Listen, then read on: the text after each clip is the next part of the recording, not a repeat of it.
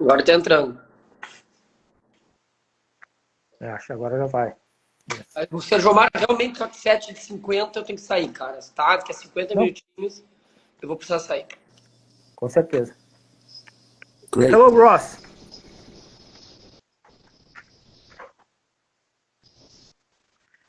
Salve, Hello, salve, everybody. então, pessoal.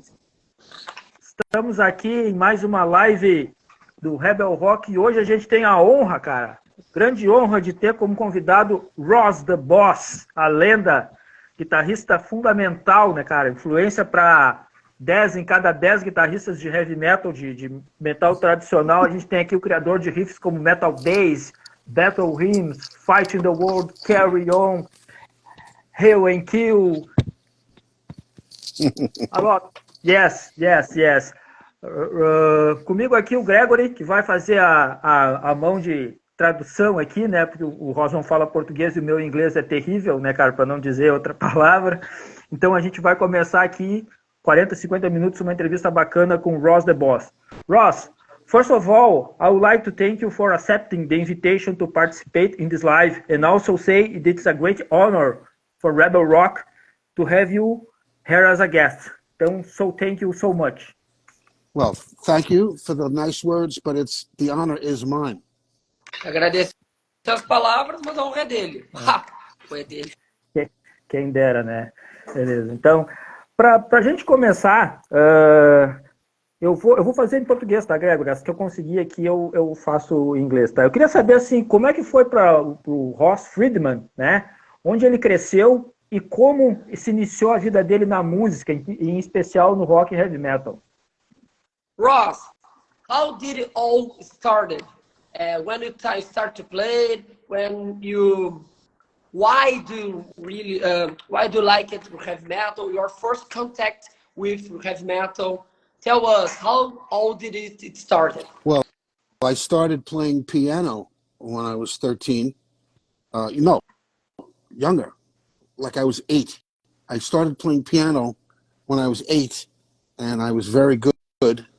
And they said I was a prodigy of music. And then I had a great teacher, and she left, and he left, and I was heartbroken. So I stopped playing piano like a fool, which I regret the rest of my life. And then in junior high school, middle school, I picked up the violin. For some reason, they needed a violin player, and I never played violin before. So, but I went there and I started, and I was last in the orchestra, right? And then I taught myself. Then in like 3 weeks, I was first violin. In 3 weeks, I taught myself, and I became first violin in my school orchestra. And then I was thinking, I was like looking at television and what was going on in the world back then, and it was the English invasion, it was the Beatles, it was the great bands coming, and all these guys, women were fawning over all these guys. Girls were going absolutely crazy for these rock and rollers because they played guitar, right? So I'm saying to myself, I looked at myself, I go, you look like a dweeb. How do you say in Brazil, in Portuguese, a dweeb, or like a nerd? I was a real nerd. I had short hair and glasses, and, I was like, what girl would like me? Violin? That's fucking, So I stopped playing violin, and I picked up the guitar, and my grandmother, I said, Graham, I want a guitar. She goes, let's go get one. So she just walked me down to the music store and got me a guitar. And then I started to play. And then my father goes, you got to take some lessons. I go, okay, Dad. Okay. So we took some lessons. And then like in a month, I was better than the guitar teacher. So, so music came very easy to me. And the styles, I was mostly interested in blues, the guitar players of the blues idiom of B.B. King and Muddy Waters and Mike Bloomfield and Elvin Bishop and Freddie King, Albert King, Muddy Waters, of course, and so they influenced me the most. I mean, as well as the Beatles and the Rolling Stones and the Who and all those bands at the time. But as far as I was concerned, any guitar player had to learn how to be a blues guitar player. I think that was the most important thing to me in my life, and it still is. And it showed up in the English invasion of the late '60s of all these English blues bands. That every band had a great guitar player in the band. Like Peter Frampton. They all had one. But Peter Green and Fleetwood Mac. I mean, all these guys. Eric Clapton and Cream. Just dazzling blues guitar players. That I mean, if you didn't play, as far as I was concerned, in my neighborhood, if you couldn't play the blues, you sucked. That you just couldn't even show your face outside. So I really learned very, very hard. I taught myself a million different styles of Santana, of Elvin Bishop, of Mike Bloomfield, of Buck Dharma from Blue Oyster Cult a few years later, of Tony Iommi, of Ted Nugent and the Amboy Dukes. All these great guitar players, Peter Frampton, The Herd, and then he was with Humble Pie, and then all these great guitar players. Anywhere there was a great guitar player, I learned it. Has influenciado. Ele conta que começou a tocar na música muito cedo, ele tinha 8 anos de idade quando ele começou a tocar piano e que sempre teve muita facilidade para música, e na escola dele tinha uma banda, ele começou a tocar violino e em pouco tempo, em 3 semanas, ele já era o primeiro violino da orquestra dele, né? Sempre teve muita facilidade. E ele diz que nessa mesma época era uma começou a invasão inglesa, escutavam muito os Beatles, das bandas inglesas. Aí ele disse que olhava assim e pensava, tá, mas o violino, ele olhava os Beatles, as mulheres caindo, o cara que tocava guitarra, e ele olhava pro violino, meu Deus, isso é tão nerd. Aí ele largou a guitarra, o violino, aí a avó dele levou ele numa loja, ele comprou uma guitarra, e aí o pai dele, não, já que tu vai tocar guitarra, tu vai ter que tomar algumas lições. Aí o pai dele disse assim, e em 3 semanas ele era melhor que o professor. E ele fala que as primeiras grandes influências dele foram os Beatles, Rolling Stones, The Who, e uma leva de artistas de blues. Ele falou da Muddy Waters, falou do B.B. King, Peter Frampton, Cream, Eric Clapton. E ele disse que nessa época todo grande guitarrista inspirava ele, né? E que assim começou a história dele na música. Certo. Em 1973, ele junto com o Andy Chernoff fundaram, na realidade, o The Dictators, né? Eu queria perguntar para ele assim, como é que eles se conheceram e como surgiu a ideia de montar essa banda, que era uma banda de punk rock, né? Até mesmo muito antes do punk. Qual o nome do parceiro, para pegar de novo? The Dictators. E o parceiro Andy Chernoff. Ok. Como que foi, né, esse encontro deles, como se deu o encontro, como eles se conheceram e como é que eles decidiram criar a banda, assim, que era uma banda de punk rock? Ok. Ross, tell us, in 63, you and then Sherman started the Dictators, a punk rock band. 73. Tell us about... 73. Yes. 73. Okay, 73. After high school. 73, okay. Tell us about when you meet Sherman and tell us about the start with the Dictators and how was to play punk rock. Can you hear me? Yes. Okay. Yes. It was 1973. We were in college up in New Paltz, New York, and I had another band, a high school band, that we used to play parties and get all fucked up.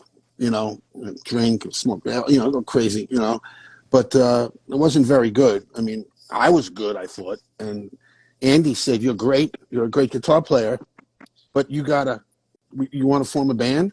And I said, yeah, sure. And Andy had never played bass, but he got a bass and and then I got a house up there, upstate New York, and then we got Scott from New York. Scott, who became top 10 rhythm guitar, and Scott Kempner, who recently passed, and we decided to form the band. We called it the Dictators, and we got a record contract.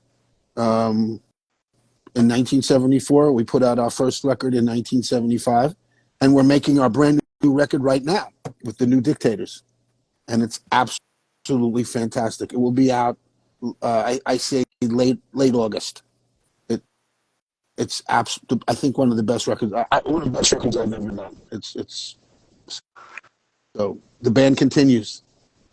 Ele falou que em 73 ele conheceu o Sherman, ele tocava numa banda e a banda não ia. Era uma banda que tocava, fazia festas, tocava tudo, mas ele sentia que a banda. Que ele era bom, mas a banda não era muito boa. E o Andy chegou pra ele e disse assim: cara, tu tem que tocar com uma banda que te leve pra frente, né? Uma banda que vai pra frente, porque o Andy frequentava os shows desse cara dele.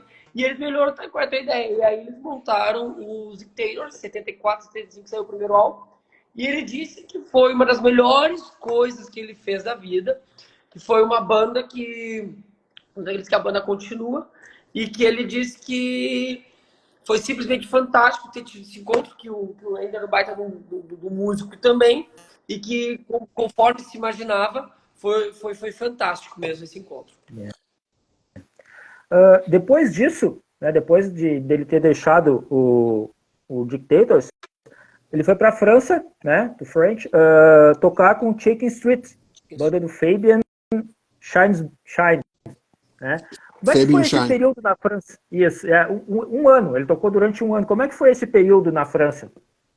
Okay, after you left the Dictators, you went to France and you live one year. Okay, it's 1 year in France, and you play with two brothers. Qual era o nome dos caras, Sérgio Mário?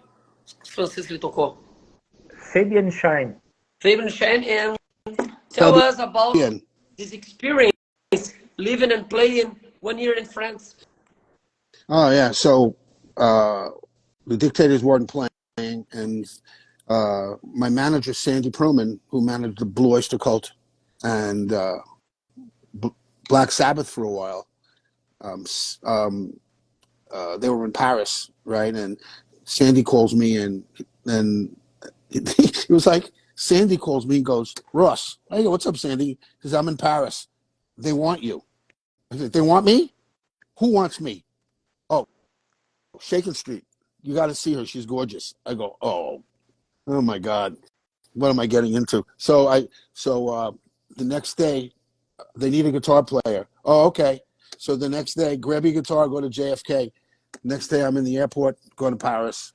I go, they meet me, pick me up, go to the room, and they play me a song, and I audition for about 10 seconds, and they said, you want to be in the band? I go, yeah, let's go.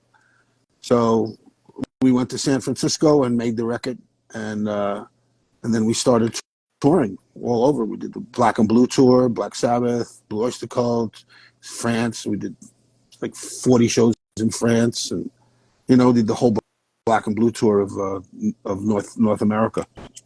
And then we found ourselves in England, right, supporting Black Sabbath, because Sandy was Black Sabbath's manager, and there was this singer, the brand new singer of Black Sabbath, his name was Ronnie Dio, and we all know Ronnie, right? So, I'm standing on stage in Manchester, or I think it was Manchester, and he goes, for the sound check, he goes, he comes up to me and he goes, I love the way you play guitar, Ross. I go, thank you, Ronnie. I go, but you should talk to this guy on my crew. He plays bass. His name is Joey DeMeo. He goes, I said, yeah? I go, yeah. I go, you should go meet him. He's hanging around someplace. He's doing something. I said, okay, I'll go meet him. And I said, Ronnie goes, you won't be upset. You won't be mad that you did. I go, I'm sure. And then I meet Joey, and we decided to, and we started talking, and we became really good friends, and we're on the same tour together. And then he goes, we started talking about music, and we had like similar interests. and I wanted to make a bigger band than Shakin' Street. As much as I loved them, it was time to move on with my career, and I wanted to make a bigger band like Cream or Black Sabbath or Mountain or Led Zeppelin or Grand Funk, Grand Funk Railroad. Big three guys, with a singer and just loud, heaviest band that could possibly be known to man. And we all had that same vision. And so Joey and I, we told Sandy and I was leaving Shakin' Street. I got my friend to replace me so I wouldn't fuck Shakin' Street up. And we left like gentlemen and we formed Manowar. Eu acho que é uma história que a gente tem que conseguir repassar aqui, né, Sérgio Mário? Nossa, bizarro. O Gil apresentou ele, né, pro demais. O cara foi chamado do Zen para ir para a França, porque justamente nessa época estava rolando o Black and Blue, o Black Blue Tour, que era do Black Sabbath com Blue Oyster Cult, e ele foi chamado justamente para fazer, para abrir os atos desses caras. E nessa época apenas um cara chamado Ronnie James Dio era o novo vocalista do Black Sabbath. E ele ficou muito amigo do Black Sabbath, do Ronnie James Dio. E o Ronnie James Dio viu ele tocando guitarra. Esse cara toca muito.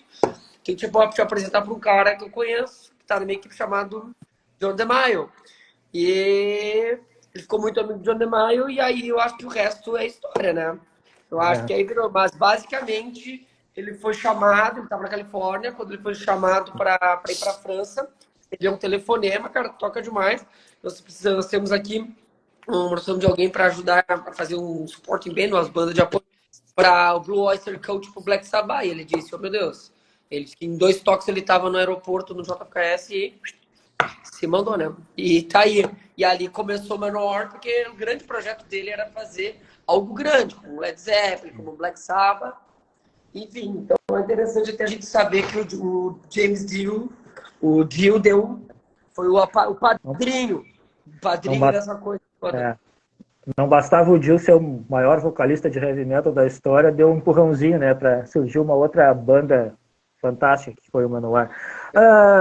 Ross, how is your relationship with the members of Sabbath, especially Dio? Members of who? From Black Sabbath. Black your Sabbath? relation with Black Sabbath, yes, your relationship with Black I mean, I really never became really good friends with Tony and Geezer, but they were always extremely nice to me, always lovely to me, because our friend Paul Clark was their road manager, and Paul Clark was the road manager of Manowar in the beginning, but they were the sweetest guys, and like when we were playing with them, so during the tour, Joey and I would sneak up to Black Sabbath's dressing room and plug into their practice amps, their little practice, and we were blasting away on these riffs, and that would later become battle hymns. And and when Black Sabbath would stop, all of a sudden, from the dressing rooms, fucking Geezer and Tony and they would all, and Bill and Ronnie would like, look what the fuck is up? What the fuck? And then and Ronnie would go, that's just Joey and Ross. And they go, okay, no problem. It was the coolest thing. It's only Joey and Ross. It's okay. So we had Black Sabbath's blessing, Ele falou. And it was a great thing. Ele disse que, apesar de eu ter sido sempre muito próximo com o Gisler e com o Tony, eles sempre foram caras extremamente amáveis, receptivos com eles. E que nessa época, na hora que o Sabá estava no palco, ele e o John DeMaio, eles entravam nos camarins e eles olhavam aqueles baita dos amps e eles ficavam tocando, fazendo o troço ferver e ficavam tocando, inclusive eles diziam assim, muito dos hits que viraram Battle Hymns depois. E aí ele dizendo assim que às vezes parava o show do Sabá, eles olhavam, meu Deus, que barulheira é essa? É só o Ross e o John tocando lá no... Mas que eles foram, apesar de nunca terem sido extremamente próximos, eles sempre foram caras extremamente amáveis, sempre foram muito legais com eles, com essa experiência que eles tiveram juntos. Ross, Battle Hymns, Into Glory Ride, Hail to England, Sign of the Hammer, Fight in the World, Kings of Metal. What's your favorite Manowar album? It's, you know, people ask me this question all the time, and I would have to say Battle Hymns, because Battle Hymns was my creation, was my record contract, was my Favorite. Oh, it's also my favorite. yeah. I mean, it's the beginning. It's also the beginning of power metal. It's the first real true power metal record. Yeah. It was the first record to blend rock and roll with epic songs such as Dark Avenger and Battle Hymns, you know, Yeah. and Man of War, Fast Taker, Death Tone, and I think that it laid down the gauntlet of this is power metal, you know. I think before Battle Hymns, what was there, you know? There was, I mean, Yeah. Halloween. I don't even know if they existed. No, I think Manowar was the first. Yeah. Yes. Ele Yeah. fala que And todos os álbuns que ele gostou, de todos que tu mencionou, Battle Hymns é o favorito dele, é o meu também, porque ele disse que foi ali que começou a história, o Power Metal, que antigamente ninguém estava misturando Heavy Metal com temas mais épicos, e que para ele é o mais importante, que evidentemente perguntam o tempo todo isso para ele, mas que para ele foi ali a essência, que ele disse que depois disso, ele falou, surgiu Halloween e outras bandas, mas ele definitivamente, para ele, a maior importância é o Battle Hymns, porque é ali que começou toda essa história e a gente tem que concordar, isso é verdade. e o álbum de estreia, né, o Battle Hymns, ele tem um dos riffs, na minha opinião, um dos melhores riffs, né, do Ross, que é Metal Days. Metal Days. É sensacional, amazing, fantastic. Ross, I don't have any words to describe. But are so fans, are huge fans from Battle Hymns. I really love power metal. I'm so grateful for what you did for the style, but it's such an honor for us. Man, Battle Hymns is really, really a battle hymn. yeah. So listen, Yeah. so it's coming. There might be some people coming in to my facility soon, because I have appointments. So if you hear noise in the background, those are my customers. Garzão falou que tem algum pessoal chegando aqui pela sala com esse ruído, mas tá tudo bem. No problem, no problem. Ele falou, né, qual o álbum preferido, mas a música preferida e o riff preferido dele, assim, dos que ele compôs para o Manowar. From Manowar, what is your favorite tune, your favorite song that you had composed for Manowar? Pick one, please, if you could. The favorite song, my favorite song that I recorded, that I wrote for Manowar. I mean, it's got to be, I don't know, Manowar, the song. Manowar. The whole, because that's my whole song, and I would say Dark Avenger. Dark. I would say, of course, Fast Taker, Shell Shock. Those are great. I would say, Gloves of Metal. Gloves of Metal. Secret of Steel. Secret of Steel. A lot of guys come up to me and goes, "That's the greatest song ever written." And I go, "Oh my God!" I go, I'm like, I start crying when people say that to me. I'm like, it's like they make me so emotional when these guys come up to me and kiss me and like, "Thank you for that song." I go, "Well," geez. And then of course, The Oath, Hail and Kill, Kings of Metal. Kings of Metal. Yeah. Já viu que não foi fácil para ele falar uma, né, Sérgio Amaro? Sim, ele falou várias. Chegar a chorar para ele, agradecendo e beijando a mão dele. Se desistiu. Mas que é difícil falar uma só. Sim. Eu vou fazer aqui um comentário, né, que tu pode passar para ele, que a gente tem aqui um amigo nosso, né, a friend of mine, Rafa Drinkwine, é um baterista de uma banda Golden. Hi guys, everybody will be here. Hold on. Yeah. Hold on. Tranquilo. Ele está atendendo pessoas que estão no trabalho dele ali. Para quem não sabe, está no trabalho lá, são 5 horas da tarde, quer dizer, 5 quebrados. 6, é 1 hora, é 1 hora só, eu fui ver aqui, é 1 hora, é 1 hora. Sérgio Omar, repete aí, por favor, para eu já... Vou repetir. Nós temos um amigo, né, que ele é baterista de uma banda, Golden, uma banda bem legal que a gente tem aqui no Brasil, e ele sempre se questionou muito por que os fãs do Manowar se referiam à banda sempre com a palavra poder. Se falava muito em power, né, quando falava Manowar. E ele só foi entender isso quando ele assistiu o Manowar ao vivo, porque ele disse que é o sentimento realmente que passa para o fã o poder que a música do Manowar exerce. É o Rafa Drinkwine, né? Ele, o batera, né? Yeah. A friend of Sergio Omar, he's a drummer here in Brazil, Rafa Drinkwine, just had comment here that he never understood why everyone refers to Manowar the word power. Why Manowar was so powerful? And he went in a Manowar show in the stadium. He saw a live show of Manowar, and finally understood why Manowar is power. Just who watched Manowar alive finally could understand the feeling about the word power. There's nothing that is such power as Manowar alive. The original band, yes. Yeah. Yes, it was amazing. Yeah. And the tragedy of the whole thing is that Joey, just wanted all the money, wanted all the power, wanted me out of the band in 1988. While we were just beginning to get big, we could have been, I think Manowar could have been as big as Metallica, bigger, better, But I think he completely destroyed the band.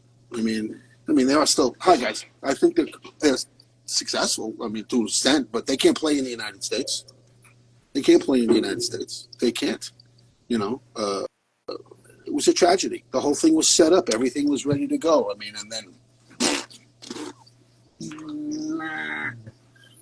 Ele falou que a banda original, sim. Né? Que o Manowar original, sim, que era que realmente ali poderia se definir como isso, né? Infelizmente, quando acabou, o dinheiro começou a entrar, o poder começou a se sair. E que ele acredita que sim, o Manowar tinha um potencial para se tornar uma das maiores bandas tamanho Metallica. Ele disse que o Manowar poderia ser tão grande quanto um Metallica. Então ele lamenta isso, né? Ele lamenta esse momento. Que foi realmente uma época muito, muito complicada, né? Tem que ver tudo isso esvair. When I have done 6 records in 6 years. 6 álbuns, 6 anos. Yeah. And they wait. And their next record was 3 years later. Listen, I like David Schenkel, but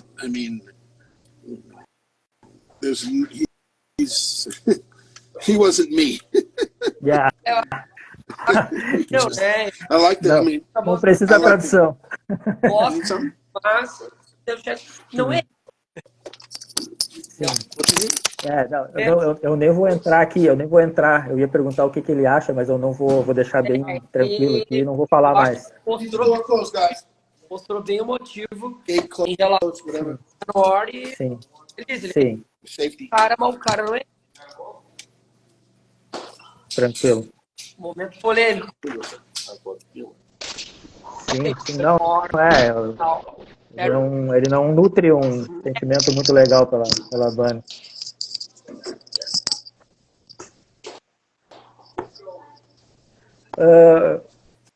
Ross, still about Manowar, in my opinion, Eric Adams is the one of the best singers in the world. Best. I agree. Gregory, em 2008, né, ele lançou o primeiro trabalho solo, como Ross the Boss, primeiro álbum solo, né, com o título de New Metal Leader. Ainda que algum desavisado, né, fosse assim, não conhece, vai pegar o título do álbum New Metal Leader, vai imaginar que daqui a pouco a gente está ouvindo Korn, Limp Bizkit, né? Mas a gente está ouvindo Power Metal, né? True Metal. Eu queria que ele falasse, porque esse álbum ele resgatou aquele espírito do metal tradicional dos primeiros álbuns do Manowar, que estava muito tempo esquecido pela própria banda, inclusive. Eu queria que ele falasse um pouco quando foi o momento que ele decidiu que era o momento de investir na carreira solo e fazer um álbum de metal verdadeiro. Assim. Okay. You know, I don't understand Portuguese, but I kind of know what you're saying. Yeah. Okay, Ross. In 2008, you record Ross the Boss and the new metal leader. And at the time, we think that a lot of people could think, oh, it's a new Korn or new Rage Against album, but it's a true power metal album. Of course. It's a kind of return to old spirits from the old Manowar. Now, tell us about how it was to record the new metal leader and why the name, the new metal leader, for your first record from Ross the Boss. because I wanted to like fuck with people. And, and once people heard it, they know that I'm, you know.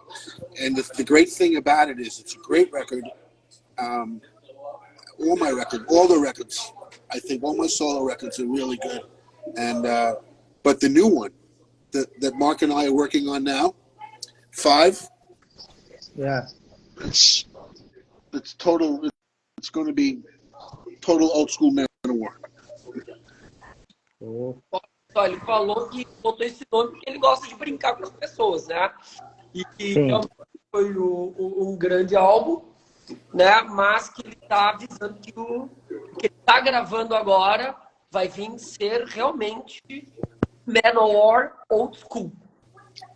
Mas, Gregory, pergunta para ele quando é que ele decidiu que era o momento de se lançar numa carreira solo, levando o nome dele, né, resgatando esse espírito mais tradicional do metal. Okay, Ross, when you finally figured out that was the time, now is the time to do a solo career. When have you decided to do Ross the Boss single career? Well, it was after the Earthshaker Festival in Germany when I joined the band, and people just went berserk when I walked on stage. The Manowar fans, they just you know, it was crazy. And I got a lot of offers to play shows and festivals, and so what happened was my friend Oliver from the Keep It True Festival, Oliver Weinsheimer, and he hooked me up with this band Majesty at the time, the Tarek, and I did some solos for them, and I started, you know, getting into the European scene, which I was away for a while, and then Oliver goes, you know, come to Germany, and then I have a band for you, and they're a Manowar cover band actually, and but they were great German guys, and Matzi, Karsten, and Patrick, and you know, I took them, and we made a demo, and we got signed right away to AFM, the company that I'm still signed to. So you know, it was a thing, and then all of a sudden, so we're recording, and then all of a sudden I said, what am I going to call this record? And then, you know, like, I'm always going for like slogans and the way words roll off the tongue, and then I'm thinking, it's metal, right? But it can't be just metal. I mean, I can't call it metal. And then I heard new metal leader. I don't know where I heard it from.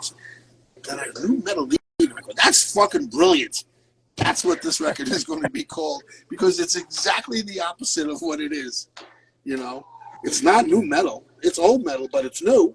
It's a new record, but it's not new metal. It's not Korn, Limp Bizkit, and that crap. You know, it's the real deal. You know, so everybody, it would at least make people make people very curious to see what the record was. I think it would add album sales for people to just to check it out. You know, I'm going to get it just to check it out. You know, and that's what it did. It was very successful. So, you know, I just wanted it to be a great record, though. So that's all. Então ele falou que foi nesse depois de um festival que ele fez na Alemanha e ele notava que dentro do público europeu tinha muita galera que enlouquecia quando via ele. E esse brother dele, o Oliver, quero mesmo esse cara, gravar alguma coisa. E aí ele ligou pra ele na Alemanha e disse, cara, eu tenho uma banda pronta pra ti. Ele até brincou que era uma banda cover e que ele percebeu, cara, por que eu tô deixando a chance de... Ele até brincou de fazer um new metal, quer dizer, um novo metal, mas que não é um new metal. O new metal, mas não é... Foi justamente isso. Ele percebeu muito que tinha um público muito forte na Alemanha e que, perdão, na Europa, desculpa, ele percebeu que tinha um público muito forte na Europa e ele disse, por que não? Por que não aproveitar justamente que ele tinha esse retorno? E aí ali foi onde ele resolveu começar a trabalhar com novas trilhas, mas enfim, ele parou.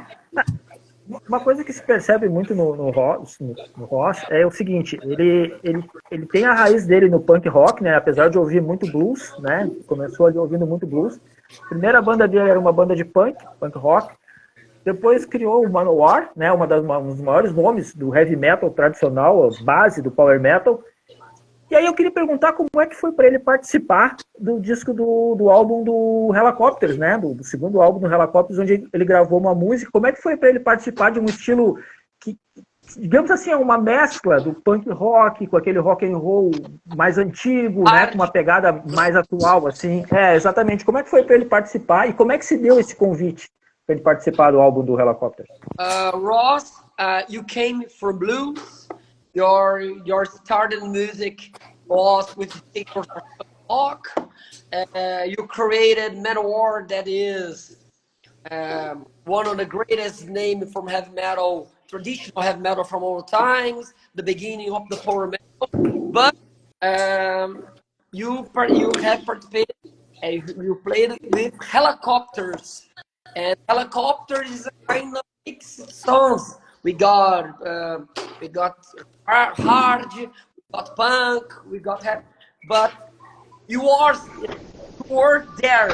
Tell us how it was to participate with Helicopters, the process record on. Well, the Dictators did a tour in Scandinavia with the Nomads and this brand new band called the Helicopters. So it was the three bands, you know, like the Dictators, like the grandfathers, Nomad, the fathers, and then the sons they would be the Helicopters. And we did a lot of shows, and that's how the Helicopters broke Scandinavia. And it's been great for them. I love them. And then they invited me back for the Swedish Grammys that year. I'll never forget. They were nominated for the Swedish Grammys, so they invited me to come back to Stockholm and to drive around Stockholm in the Hellemobile. They had the Hellemobile, and then to do a song. We did a song in the studio, Psyched Out and Furious. It was just a magical weekend. And we were driving around. I did a recording with the Helicopters in the night of the Grammys, right? The night of the Grammys, like all of Sweden's music was there. ABBA, Benny. I met all of ABBA. I met everybody there. It was great. It was, you know, really beautiful women. Just a lot of booze, a lot of champagne. A lot of, you know, it was like, and you know, like the Helicopter, they drink like fish. Those guys, they drink like, it's really troubling for how much they drink. And we drank, and I was drunk. We had a great time. We were crying. And then at the ceremony, I'm going, there's no way they're going to win. No way will this music win. They'll fucking give it to Jethro Tull.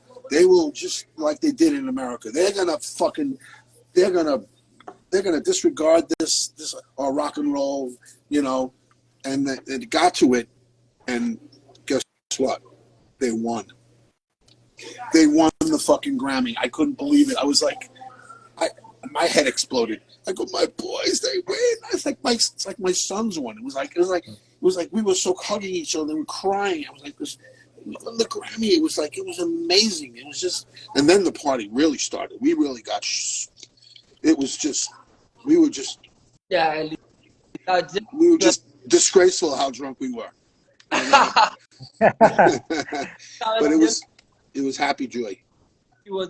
Ele tá dizendo que estava com Taylors na Escandinávia, conheceu os caras do Helicopters. Durante esse período, os caras quebraram, né? Tiveram um racha e nesse momento chamaram ele para gravar. Ele já gostava dos caras, que foram muito amigos, e que ele foi chamado para gravar essa música. Uma música que até foi indicada depois, né? Foi indicada pro Grammy. Ele disse, não tem. Que nesse tempo que ele passou com Helicopters foi uma época fantástica, que os caras muito amigos, que eles bebiam demais. Ele até brincou que os Helicopters bebem que nem peixe, né? Que os caras bebem demais, vai tranquilo, né? Que ele voltou para Estocolmo e ele já não tem jeito nenhum dessa música que eles gravaram ganhar no Grammy. E aí, para surpresa dele, ganharam. Aí diz que sim, né? Diz que eles passaram o tempo todo bêbado, o tempo todo fazendo festa. Que os caras são muito especiais para ele. Então, como ele disse, né, foi uma época foi incrível gravar com Helicopter. De vida e tocar com um outro amigo nosso aqui, o José Henrique Godoy, ele está perguntando pro Ross, né, como é que era a relação dele com o Scott Columbus, né, o ex-baterista, né, o baterista que faleceu do Manowar, e como é que ele se sentiu ao saber da morte do Scott Columbus? A friend of us, Henrique Godoy, he's from the Rebel Rock team, and asking you about Scott Columbus, drummer from Manowar, and if you could tell us something about your relation, you were friends. Tell us about how next to you and Scott Columbus are from each other. How friendly we were? Yeah. Oh, we were very friendly. Scott and I were very friendly. As a matter of fact, I took Scott out on the Ross the Boss band. He played drums for us. You know, two drummers I had. Did Bloodstock and Yarrow Matali Festival in Finland. And was his last show, and he had problems with drugs and alcohol. And at the end there, the shows he played were amazing. But he came home and he couldn't control himself. He died, and it was a tragedy for me. I mean, you know, I tried to help him, you know, and I tried.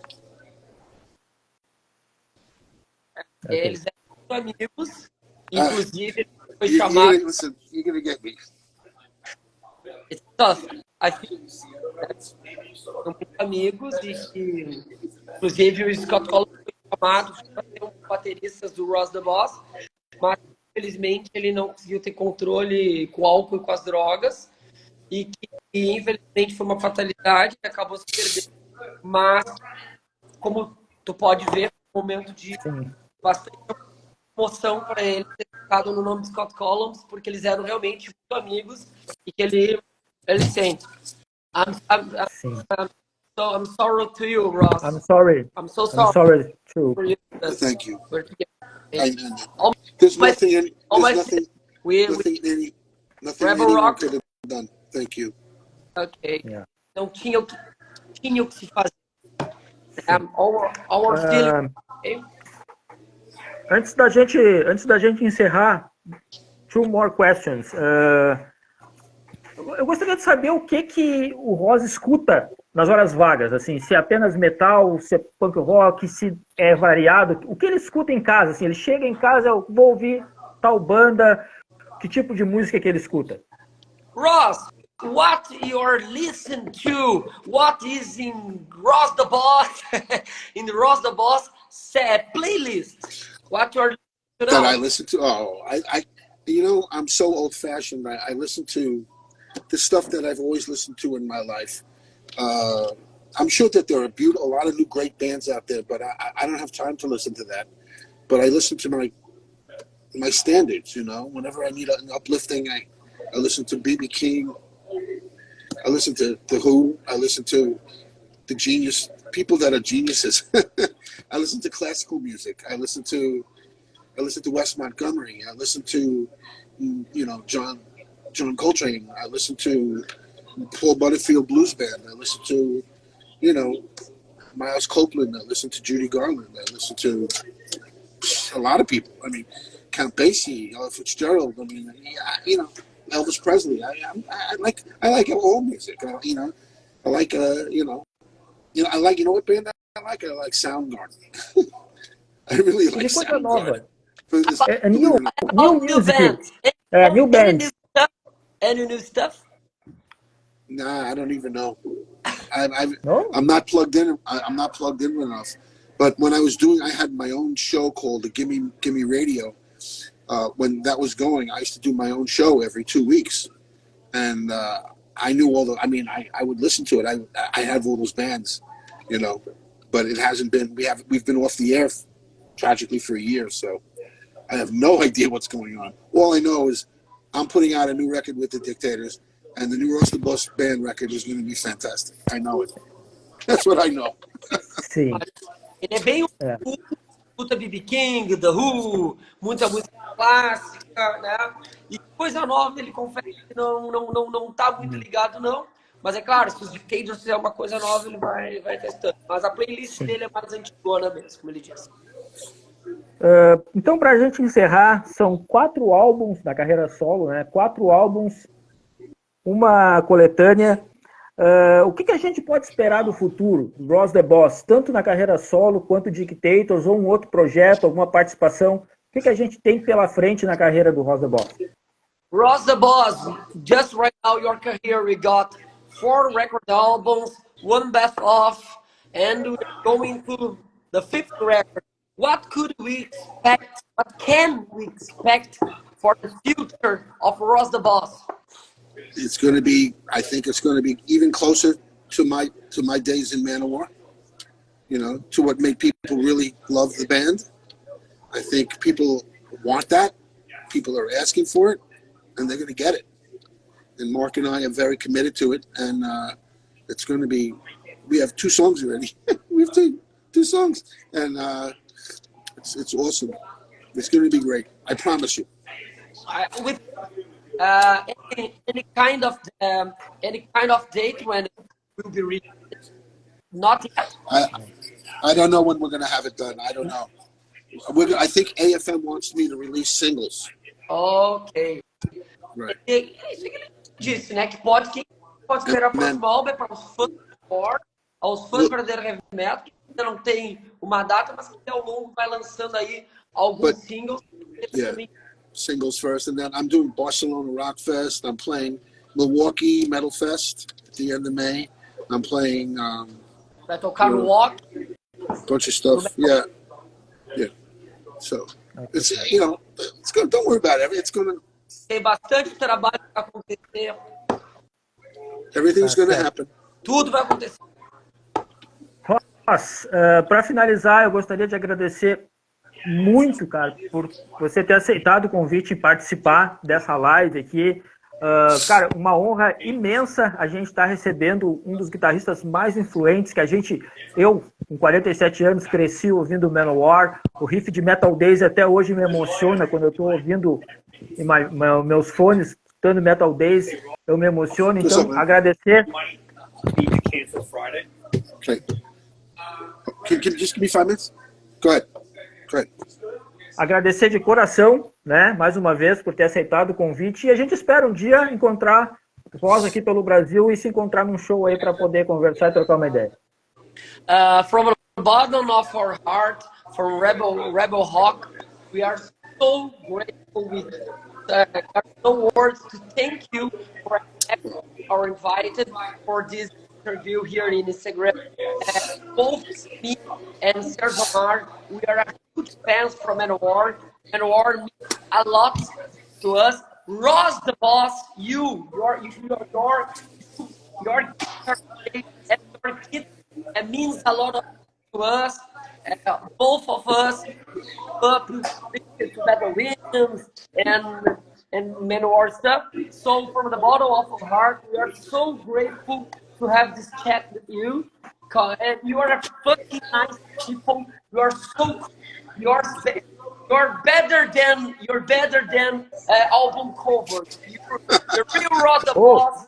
You're incredible. You as human being. You're a great thank, guy. Great guy. It was so fucking pleasure to meet you.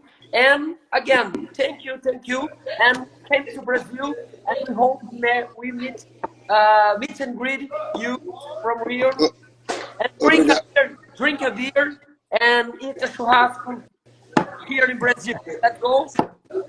Obrigado. Thank you, Sérgio Amaro. Obrigado. thank you.